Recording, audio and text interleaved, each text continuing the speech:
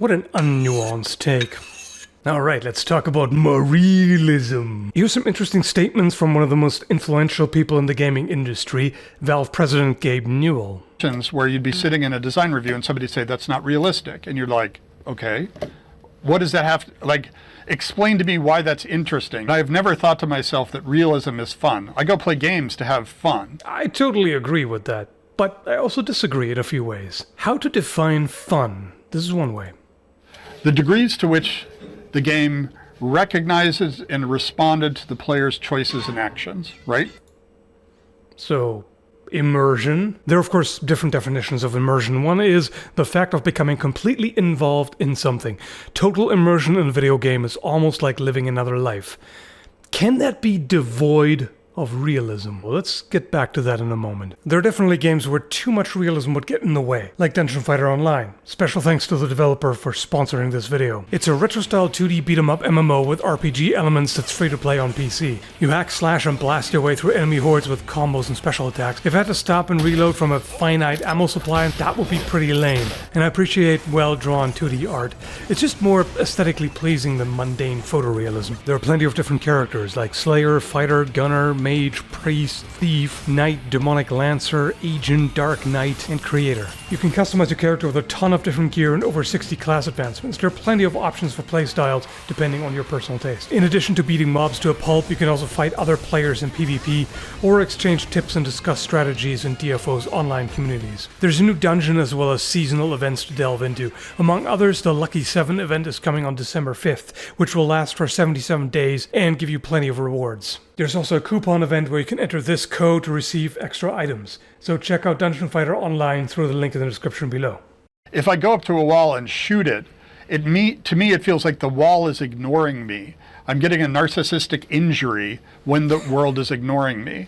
That's a very interesting way of putting it. So does this, like, to me, I was trying to convey to the user a sense of, yes, you were making choices, yes, you were progressing, which meant the game had to acknowledge that back to you.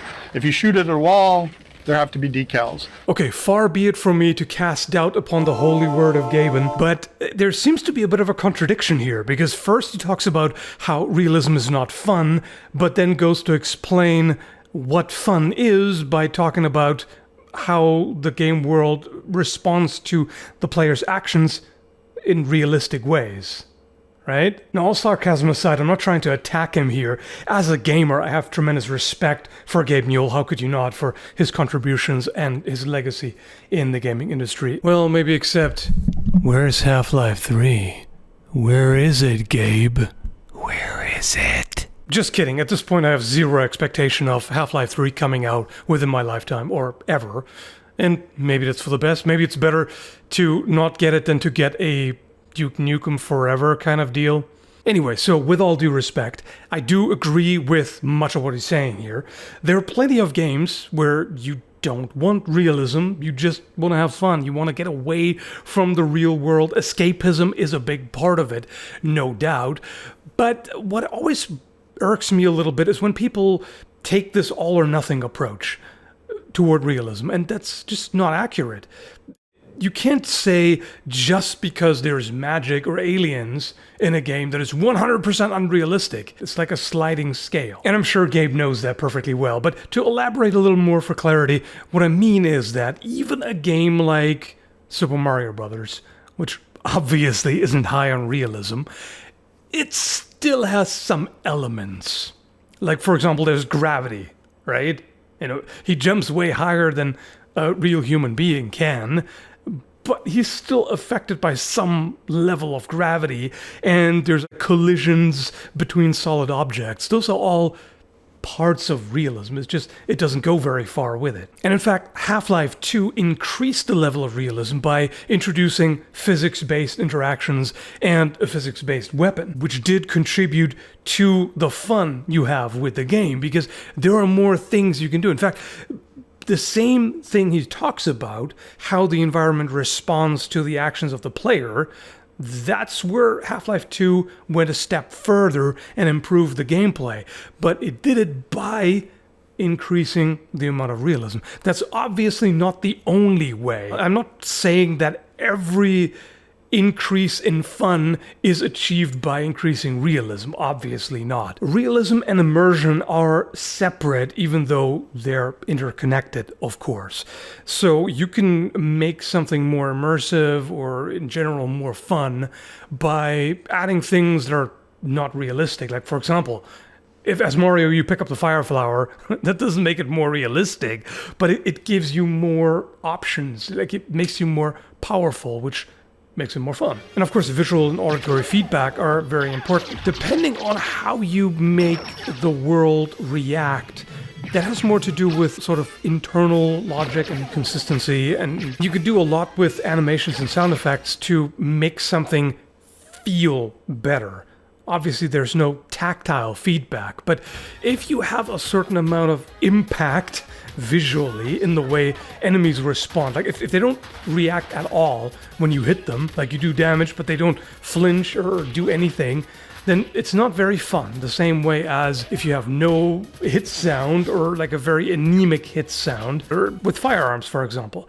The sound of the gunfire is extremely important, because if it sounds like a little pea shooter, then it's not going to be very fun. That makes it more engaging, right? Which can be realism, but doesn't necessarily have to be. And of course, elements of realism can be tedious and actually make the game less fun. For example, when inventory management is more realistic, it tends to be more cumbersome.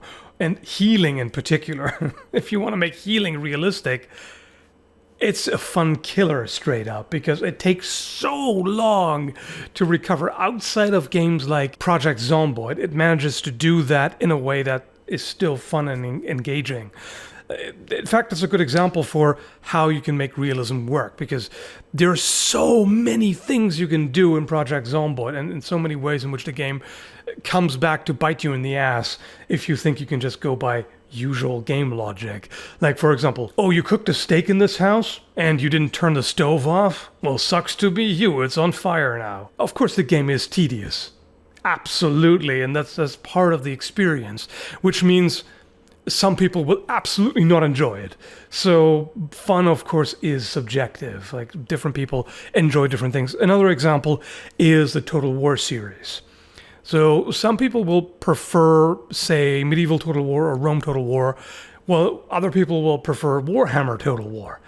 And in that case, if you make a historical game, I think it makes a lot of sense to do your research, because there is a value in learning from such games, but that only works when they're historically accurate, at least within reason, without traveling back in time and observing how things are. It's always going to be limited, but it's good to put some effort into the research or just consult experts. The first Rome Total War bothered me because there would have been a lot to learn with historical accuracy, but then they did things like flaming pigs and battlefield gladiators. Yes, there's something to be said about having smaller, super powerful elite units. That can be fun, but it just doesn't fit in there. I think it's better to reserve such things for, well, Warhammer Total War, for example, or a game that is historically inspired but isn't trying to represent history, which clearly the historical Total War games do, by presenting everything as, okay, this is the real life scenario, this is like the certain time periods, we have real historical personalities and events, etc., etc. If you go in that direction, then you should stick to it pretty closely. Whereas in Red Dead Redemption 2, do we need horses taking a dump from high-definition ANI? Absolutely not. I mean, you can respect the attention to detail. I feel like it matters more with regards to the way corpses decompose. Adds a little bit, like it definitely adds to the immersion. I just don't really think it's worth it, considering the amount of effort that goes in versus the reward. Like, you definitely don't need to make the horses that realistic for the game to be appealing. In fact, in my worldview, it makes it less appealing. There are plenty of games that are fun because they're not particularly realistic, like Doom, for example, or boomer shooters in general. What makes them fun is they're over the top. They're crazy with the amounts of damage you can take and dish out, and like explosions and gore and everything everywhere, and crazy monsters and all that. That's part part of the fun. Whereas Arma, a military simulator, is fun to some people exactly because it's so realistic. So I don't think we can make general statements about games need to be realistic to be fun or can't be realistic to be fun. No, it just depends on the genre and what are you trying to do there. So in some games, realism can absolutely add to the experience and make it more fun, at least to some people. And in other games, it can reduce the amount of fun. So I do think that developers shouldn't get too hung up on it. Basically, if you want a high level of realism, really commit to it, go for it, and do something like Project Zomboid or Arma or whatever, and that's going to appeal to people because of that. But it doesn't need to be a major focus for most games, really. And sometimes you can make it kind of suck by making it too tedious. Walking simulators, for example, like DayZ. You can appreciate the amounts of realism in there, but it also makes it kind of dull. Because a lot of what you do is just, well, it's called a walking simulator for a reason. A lot of what you do is just trudge around with nothing happening.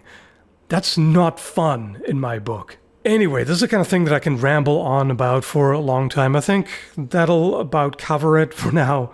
I hope you found it interesting. Thanks for watching, and take care, folks.